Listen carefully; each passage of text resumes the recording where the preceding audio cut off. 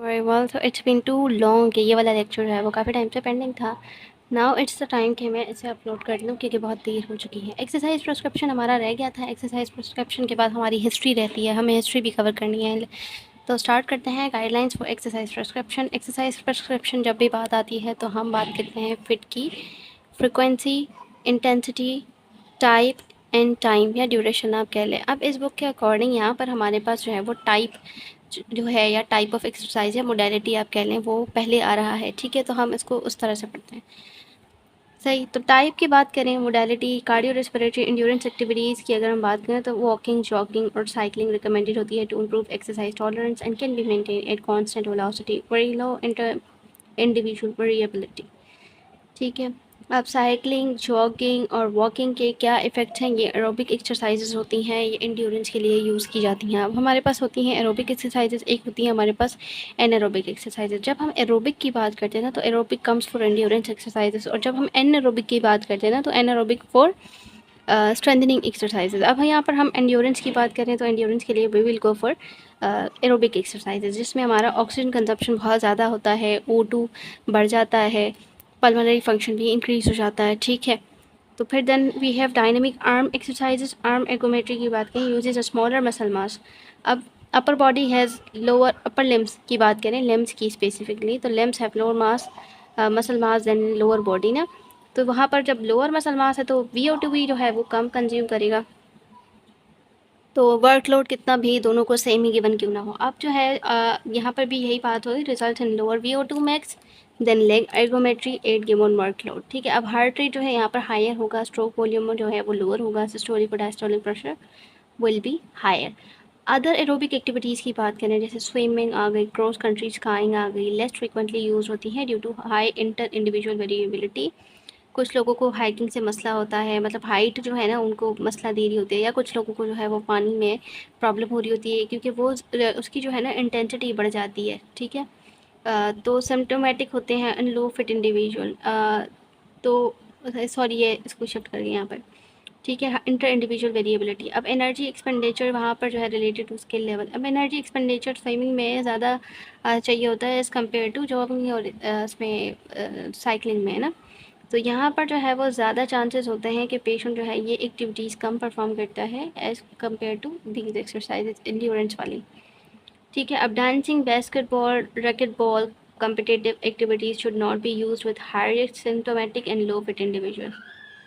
अब जैसे डांसिंग है, ठीक है, बास्केटबॉल है, रैकेट बॉल है, कम्पिटिटिव एक्टिविटीज़ जैसे ये हाई रिस्क वाले पेशेंट जिनको कार्डियक प्रॉब्लम्स हो सकते हैं, या जो पेशेंट्स हैं जिनका VO2 जो है कंजप्शन मतलब मेड को कैलकुलेट किया जाए, एनर्जी कंजप्शन जो है वो कम है as compared to other individuals, मतलब वो फिट की क्राइटेरिया में नहीं आ रहे ना, वो फिट इंडिविजुअल्स नहीं हैं, तो उनमें हम ये वाली एक्टिविटीज़ जो है ना ये अवॉइड करेंगे। लो फिट इंडिविजुअल में जिनका फिज़िकल हेल्थ और उनका लीन बॉडी मास भी अच्छा नहीं है, उनका जो है वो O2 एक मतलब जो है वो ब्रीदिंग पैटर्न भी सही नहीं है, उनकी O2 कंजप्शन इतनी अच्छी नहीं है, तो उनमें हम ये वाली एक्सरसाइजेज नहीं करवाएंगे। अर्ली रिहैबिलिटेशन की बात करें, अब अर्ली रिहैबिलिटेशन क्या होती है, पेशेंट की कोई सर्जरी परफॉर्म हुई है या उसको रिसेंटली किसी तरह का कार्डियक कंडीशन फेस करना पड़ा है, तो उसमें क्या होता है, रिहैबिलिटेशन फेज़ में एक्टिविटी डिसकंटिन्यूस होती है, interval timing with frequent rest periods होते हैं, continuous training can be used in later stages of rehabilitation. अब अर्ली रिहैबिलिटेशन नया नया रिहैबिलिटेशन में आया है, तो हम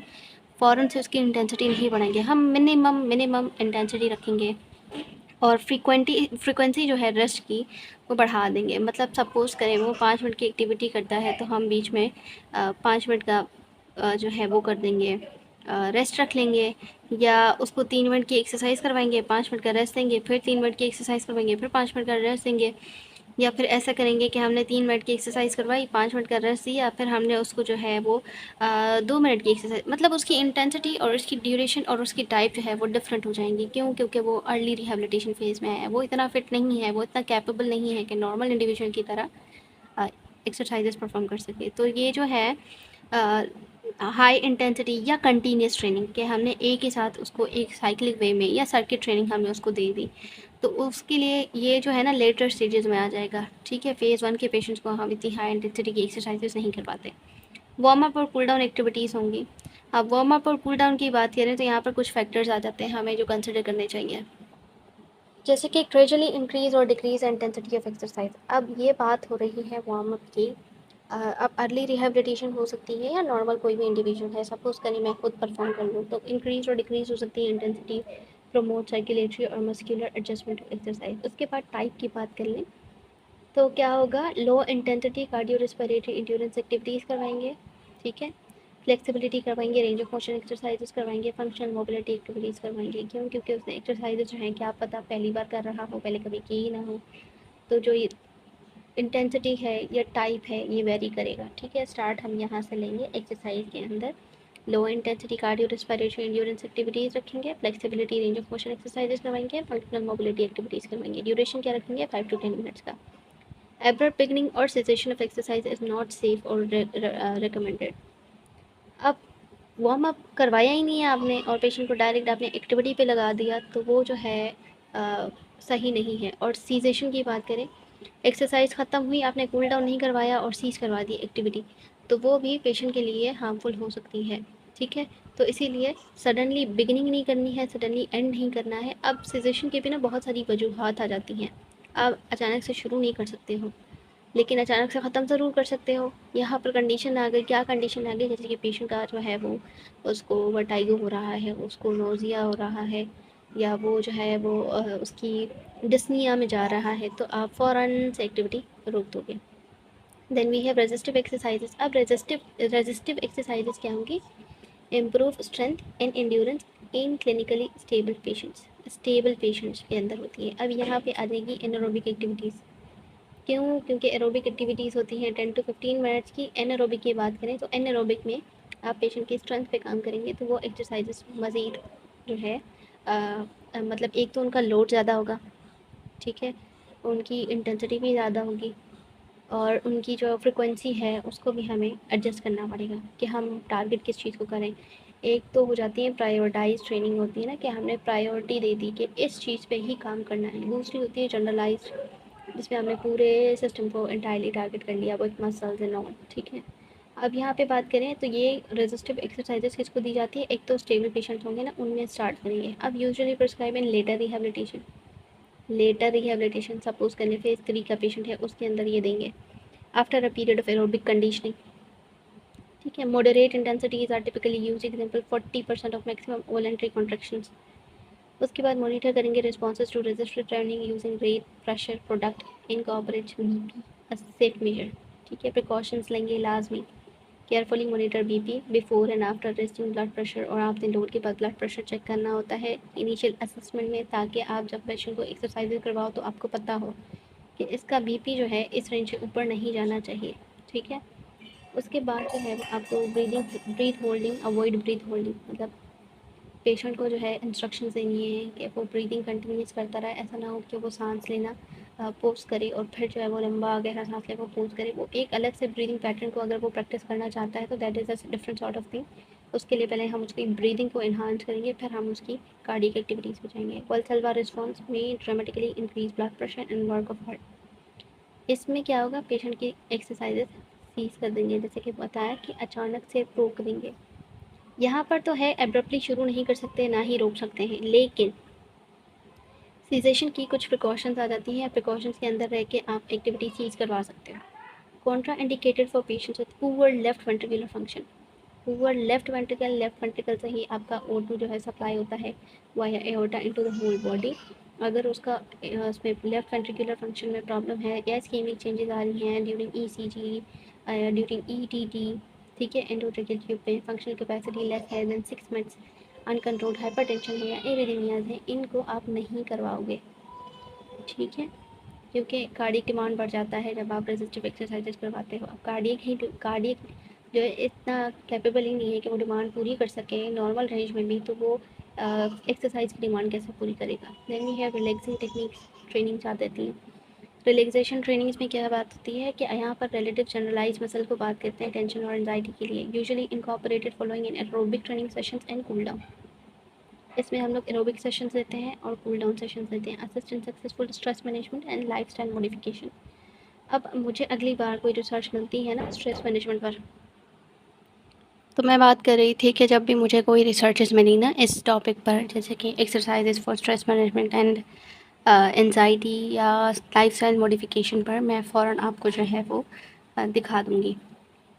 क्योंकि जब आपके पास एविडेंसेस होते हैं ना, तो बात जो है ना वो थोड़ी ऑथेंटिक हो जाती है और कंफर्म हो जाती है। फिर बात करते हैं इंटेंसिटी पर।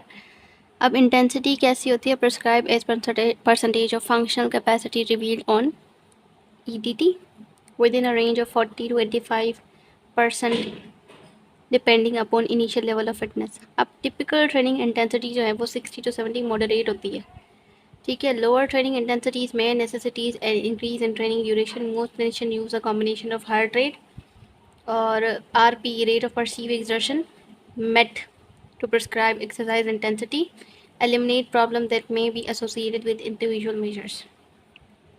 यहाँ पर यूजुअली जो है इंटेंसिटी डिसाइड की जाती है, मतलब इंटेंसिटी एक्सरसाइज की प्रिस्क्राइब की जाती है on the basis of heart rate, rate of perceive exertion या मेट्स की बेसिस पर। मतलब क्लिनिशियंस जो है ना वो कॉम्बिनेशन यूज़ कर रहे होते हैं, फिर जाकर वो एक इंटेंसिटी सेट करते हैं पेशेंट की, फिर उसको एक्सरसाइज प्रिस्क्राइब करते हैं। अब एक एक जो है फैक्टर को सेपरेटली स्टडी करते हैं। Heart rate, percentage of maximum heart rate achieved on ETT without an ETT, ठीक है। 2020 ये एक फार्मूला है, ठीक है। 2022 को माइनस करोगे एज से, तो आपके पास जो है वो मैक्सिमम हार्ट रेट आ जाता है पेशेंट का या इंडिविजुअल का, ठीक है। माइनस एज 11 इज यूज, ठीक है। अब 70 to 85% heart rate maximum closely correspond 60 to 80 of functional capacity और VO2 मैक्स, ठीक है। फंक्शनल कैपेसिटी हमारी लंग्स की भी आ जाती है और कार्डियक की भी आ जाती है। एस्टिमेटेड हार्ट रेट की बात करें, maximum is used in cases where sub maximal ETT has been given, ठीक है। उसके बाद हार्ट रेट की बात करें, रेंज और रिजर्व। यहाँ पे कार्बोनेंस फार्मूला सी प्रीवियस डिस्क्रिप्शन, ये कार्बोनेंस का फार्मूला बता रहे हैं प्रीवियस डिस्क्रिप्शन देखने के लिए। अब ये जो कार्बोनेंस का हमें बताया गया है फार्मूला, अब ये यूज़ किया जाता है to know heart rate reserve का एक फार्मूला होता है जिसकी वजह से हम टारगेट हार्ट रेट को मालूम करे होते हैं ड्यूरिंग एक्सरसाइज। अब इसके लिए ना मैं प्रीवियस डिस्क्रिप्शन जो यहाँ पर मेंशन की गई है वो हमने पहले भी डिस्कस की है, मैं फिर से दिखा देती हूँ। अब टारगेट हार्ट रेट मालूम करने के लिए हमारे पास कार्डियक रिहैबिलिटेशन वाले सेक्शन के अंदर हमारे कार्बोनेंस का फार्मूला बताया हुआ था, जिसमें से 60 to 80% जो है वो हमारे पास आ सकता है, मतलब होनी चाहिए ना रेंज। अब इसको कैलकुलेट कैसे करेंगे? इसको कैलकुलेट करेंगे हार्ट रेट मैक्सिमम हमें पता होना चाहिए, जिसका हमें पता है कि 22 माइनस एज होता है, ठीक है। अब हार्ट रेट मैक्सिमम को माइनस कर दोगे रेस्टिंग हार्ट रेट से, ठीक है। रेस्टिंग हार्ट रेट से जो भी वैल्यू आई, ठीक है, जो भी वैल्यू आएगी उसको प्लस कर देंगे रेस्टिंग हार्ट रेट में, तो हमारा टारगेट हार्ट रेट जो है वो निकल आएगा। तो कार्बोनेंस फार्मूला हमें समझ आ गया। मोर क्लोजली बात करें, अप्रोक्सीमेट होता है relationship between heart rate and VO2 max, ठीक है। ये अप्रोक्सीमेट हर रिलेशनशिप बता रहा होता है heart rate and VO2 max. अब problems associated with use of heart rate alone to prescribe exercise intensity, ठीक है। हार्ट रेट से रिलेटेड जो भी हार्ट में प्रॉब्लम होंगी तो वो हार्ट रेट के थ्रू बता देगा कि आपकी एक्सरसाइज की इंटेंसिटी कितनी होगी। अब बीटा ब्लॉकिंग और कैल्शियम चैनल ब्लॉकिंग मेडिकेशंस की बात करें तो ये अफेक्ट करते हैं ability of heart rate to rise in response to an exercise, ठीक है। Effect ability of heart rate during exercise, heart rate increase हो जाता है, ठीक है, हार्ट रेट बढ़ जाता है। अब ये एक पॉजिटिव साइन है क्योंकि हमारी ऑक्सीजन की डिमांड बढ़ रही है, उसकी वजह से कार्डियक वर्क बढ़ रहा है, वर्कआउट बढ़ रहा है, ठीक है। अब क्या होता है, patient cardiac calcium channel blocker या बीटा ब्लॉकिंग जो है वो ले आते हैं और एक्सरसाइज परफॉर्म करते हैं। अब उसकी वजह से क्या होता है, हार्ट रेट कंट्रोल रहता है। हार्ट रेट कंट्रोल रहता है तो हमें प्रिकॉशंस पता नहीं चलती हैं बेसिकली कि इस रेंज में हार्ट रेट होना चाहिए। सपोज़ करो हार्ट रेट अगर बढ़ भी जाता है तो फिर हमें पता ही नहीं चलेगा, क्यों? क्योंकि वो तो लेकर आया हुआ है ना अपने मेडिकेशंस, तो इसीलिए मेडिकेशंस अगर पेशेंट लेकर आया है या इंडिविजुअल लेकर आया है तो हम उसको एक्सरसाइज नहीं करवाते। तो इसीलिए हम उनको गाइड करते हैं कि आप मेडिकेशंस ना लें, अगर तो मेडिकेशंस लेकर आएँ तो आप बताएं, तो वो प्रिकॉशनरी मेजर होता है एक। अब आ जाओ पेस मेकर पर। Pacemaker affects ability of heart rate to rise in response to an exercise stress. Pacemaker वाले जो पेशेंट होते हैं या इंडिविजुअल होते हैं उनमें भी जो है एक्सरसाइजेस प्रिकॉशंस ली जाती है, कॉशियसली करवाई जाती है अंडर हाईली सुपरवाइज प्रोफेशनल्स, क्योंकि ये क्या करता था, affect ability of heart rate, मतलब heart rate to rise in response to an exercise stress. इसीलिए नॉर्मली कोई भी जिसके पास कोई इतना हाई क्वालिफाइड एक्सपीरियंस नहीं है वो इस तरह के पेशेंट्स या इंडिविजुअल्स को एक्सरसाइज नहीं करेगा, वो एक्सरसाइज प्रिस्क्राइब नहीं करेगा। ये हाईली रिस्पॉन्सिबल जॉब होती है। पहले तो करवाते नहीं हैं, अगर करवा रहे हैं फॉर सम रिहेबिलिटेशन पर्पस तो उनके लिए जो है मोस्ट सीनियर डॉक्टर्स और एक्सपीरियंस्ड जो डॉक्टर्स हैं ना वो अंडर सुपरविजन इनको एक्सरसाइजेस परफॉर्म करवाते हैं इफ़ नेसेसरी। ठीक है। एनवायरमेंटल एक्सट्रीम्स की बात करें, heavy arm work, isometric exercise and वॉल स्टम्पा में effect heart rate and blood pressure responses. ठीक है। हेवी एक्सरसाइज मतलब वर्कलोड बढ़ा रहे हो ना आप, तो फिर उसमें प्रिकॉशंस लेनी होंगी, तो वो भी हार्ट रेट और ब्लड प्रेशर के रिस्पॉन्सेज को अल्टर कर सकता है। ठीक है। रेटिंग ऑफ परसीव एक्सर्शन, ये स्केल होता है, ओरिजिनल प्रोग स्केल होता है 6 to 10। ओरिजिनली 6 to 10 मार्किंग होती हैं इसकी, लेकिन ये वेरी करता है। अब इसके अंदर वेरिएशन कैसे आती है, रेट ऑफ परसीव एक्सर्शन की वैल्यूज क्या होती है, 12 to 13 somewhat hard, response to 60% of heart rate range. ठीक है। Rate of perceive exertion 16 hard होता है, 85% ऑफ हार्ट रेट, मतलब ये हमें एक हार्ट रेट की बता रहा है कि इतने में पेशेंट जो है वो इस वक्त लाई कर रहा है, वो इतनी कैपेसिटी में एक्सरसाइज जो है वो परफॉर्म कर सकता है। Useful along with other measures of patient effort if beta blockers और other heart pressures are used. ठीक है। अब ये जो है ना हम मेजर कर सकते हैं इन का जो बीटा ब्लॉकर्स लेकर आए हैं या हार्ट सप्रेसेंट्स लेकर आए हैं, उनमें ये जो है ना यूज़फुल होता है पेशेंट्स के अंदर। ठीक है। Problems with use of RBE alone to prescribe exercise intensity. अब इसमें प्रॉब्लम्स क्या आती हैं, इंडिविजुअल विद साइकोलॉजिकल प्रॉब्लम, जिनको डिप्रेशन होता है, एंजाइटी होती है, स्ट्रेस होती है, वो सही से बता ही नहीं सकते कि वो इस वक्त कौन से लेवल पर है। अनफेमिलियरली विद आरपीई स्केल, जिसको आरपीई स्केल के बारे में नहीं पता, उसको समझ ही नहीं आया कि आरपीई स्केल क्या होता है, कि वो इस वक्त कौन से लेवल पर है, वो किस तरह से फील कर रहा है ना, वो एक्सप्लेन नहीं कर सकता, तो फिर जो है उसकी सिलेक्शन ऑफ रेटिंग को मतलब ये इफेक्ट कर सकता है। Muscle Meta estimated energy expenditure की बात करें या मेटाबॉलिक इक्विलिब्रियम की बात करें, 40 to 85% of functional capacity maximum match achieve होते हैं और ईटीटी। अच्छा, ईटीटी की ना हर जगह पर बात आ रही है। एक तो ईटीटी होता है एक्सरसाइज टॉलरेंस टेस्ट, एक ईटीटी होता है एंडोट्रेकियल ट्यूब। तो यहाँ पर इस वक्त जो हम ईटीटी की बात कर रहे हैं ना, एक्सरसाइज टॉलरेंस टेस्ट है। एक्सरसाइज प्रिस्क्रिप्शन में जो भी ईटीटी आया है वो एक्सरसाइज टॉलरेंस टेस्ट है। ठीक है। हम आईसीयू मेजर्स की यहाँ बात नहीं कर रहे हैं, तो हम एंडोट्रेकियल ट्यूब का जिक्र नहीं करेंगे। कहीं पर हो सकता है कि वो जिक्र हो भी अकॉर्डिंग टू द कंडीशन, क्योंकि वहाँ पर जब आप ईटीटी भी दे रहे होते हो ना पेशेंट को, तो उसमें भी हार्ट रेट इफेक्ट कर जाता है पेशेंट का, ईसीजी में चेंजेस आना शुरू हो जाती हैं। बहरहाल यहाँ पर जो ये जो ईटीटी है ना, ये एक्सरसाइज टॉलरेंस टेस्ट है। ठीक है। इसको हम पहले डिस्कस करके आए कि एक्सरसाइज टॉलरेंस टेस्ट क्या होता है कार्डियक रिहैबिलिटेशन के अंदर। ठीक है। उसके बाद प्रॉब्लम्स क्या होती हैं, एसोसिएटेड होती हैं यूज़ मेट्स अलोन, अगर सिर्फ आप मेट यूज़ कर रहे हो to prescribe exercise intensity when with high intensity activities as a jogging need to adapt a discontinuous work pattern। ठीक है। मतलब हाई इंटेंसिटी एक्टिविटीज़ जो है उनको अडॉप्ट डिसकंटिन्यूस वर्क, जैसे walk 5 minute, jog 3 minute to achieve describe intensity. इसमें ना target गोल जो है उसको अचीव करना, ये इंटेंसिटी को मालूम करना थोड़ा मुश्किल हो जाता है। ठीक है। अब वेरिंग स्किल लेवल या स्ट्रेस ऑफ कंपटीशन में effect the non metabolic cost of an activity. ठीक है। अब स्ट्रेस भी इसमें कर सकता है, मतलब आप स्ट्रेस ऑफ कंपटीशन है या स्किल लेवल की बात करें तो वो भी मेटाबॉलिक कॉस्ट ऑफ एक्टिविटी पे इफेक्ट कर सकता है। इन्वायरमेंटल स्ट्रेसेस आ सकते हैं, जैसे heat, cold, high humidity, altitude, wind changes, ये भी जो है वो इफेक्ट कर सकती हैं मेटाबॉलिक कॉस्ट ऑफ एक्टिविटी में। तो इस वजह से इसको अकेले इस्तेमाल करके एक्सरसाइज की इंटेंसिटी डिज़ाइन करना मे नॉट बी हेल्पफुल। फिर आ जाते हैं ड्यूरेशन की बात करते हैं। डीकंडीशनिंग फेज में वेरी फ्रॉम 15 to 60 मिनट्स। ठीक है। Time duration depending upon intensity, the higher the intensity the shorter the duration. जितनी ज़्यादा आप इंटेंसिटी रखोगे, जितना बॉडी पे आप लोड डालोगे, उतना आपको टाइम रिड्यूस करना पड़ेगा। ठीक है। Average conditioning time is 20 to 30 minutes for moderate intensity exercise. Moderate intensity exercise मतलब 60 to 80% में आप जो है, या 60 to 70% कह लो, उसमें आप जो है ना वो 20 to 30 मिनट्स देंगे। सीवियरली कॉम्प्रोमाइज इंडिविजुअल में benefit from multiple short exercise session space through out the day, 3 to 10 minute sessions. मतलब जो इनिशियल जो फेज़ 1 में होते हैं ना, उनको लो इंटेंसिटी की एक्सरसाइज करवाते हैं, बहुत ही कम टाइम के लिए करवाते हैं। Warm up and cool down periods are kept constant 5 to 10 minutes each. ठीक है।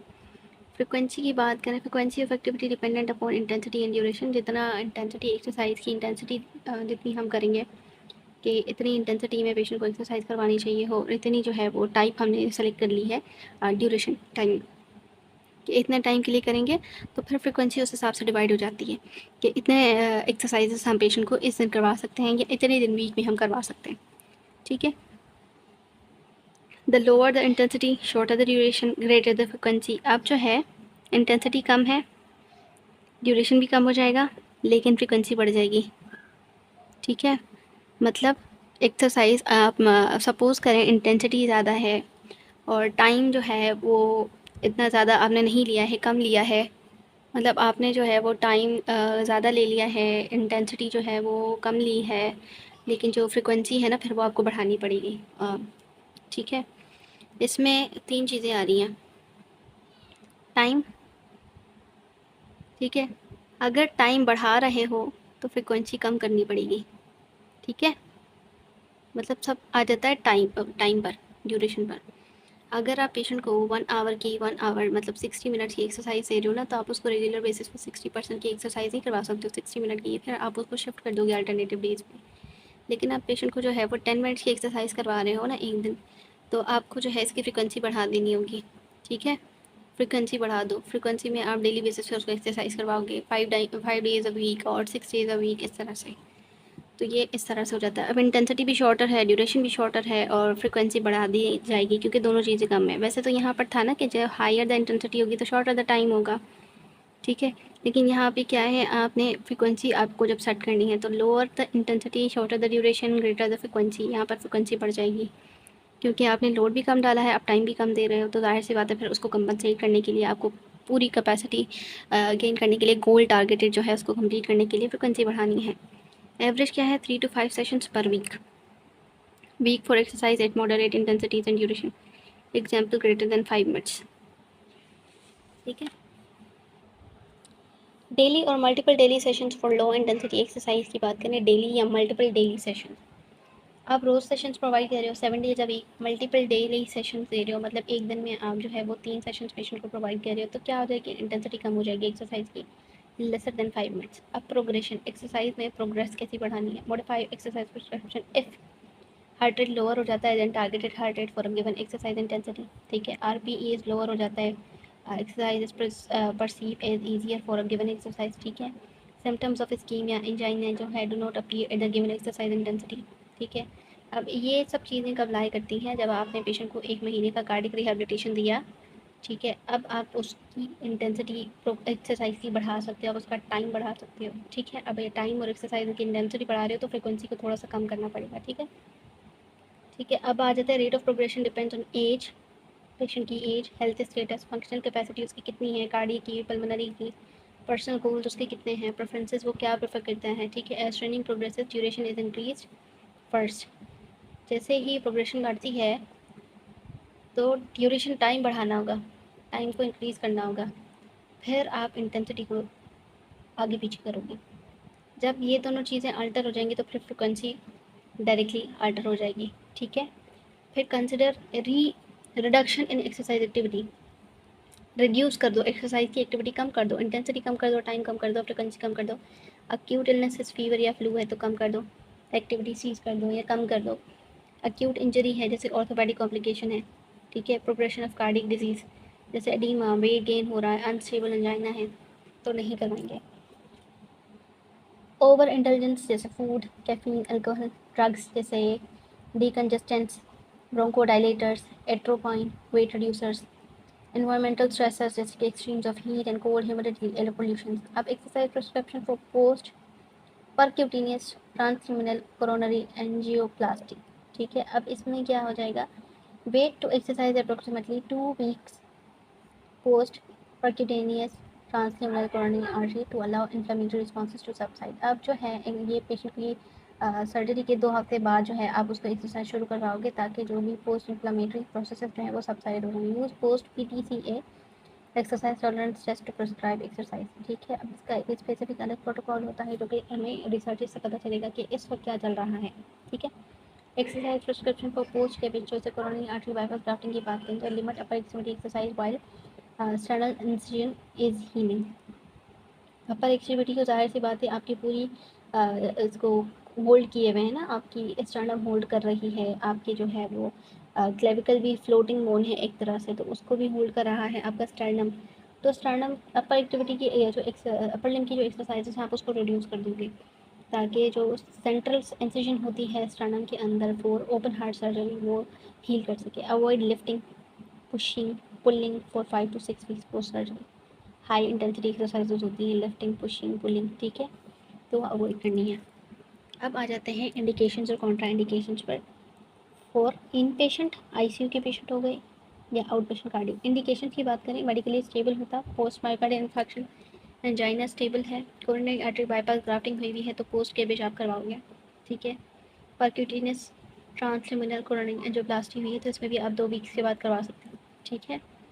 उसके बाद आप compensated congestive heart failure, cardiomyopathy में आप करवा सकते हो। हार्ट और अदर ऑर्गन ट्रांसप्लांटेशन के बाद आप रिहेबिलिटेशन शुरू करवा सकते हो।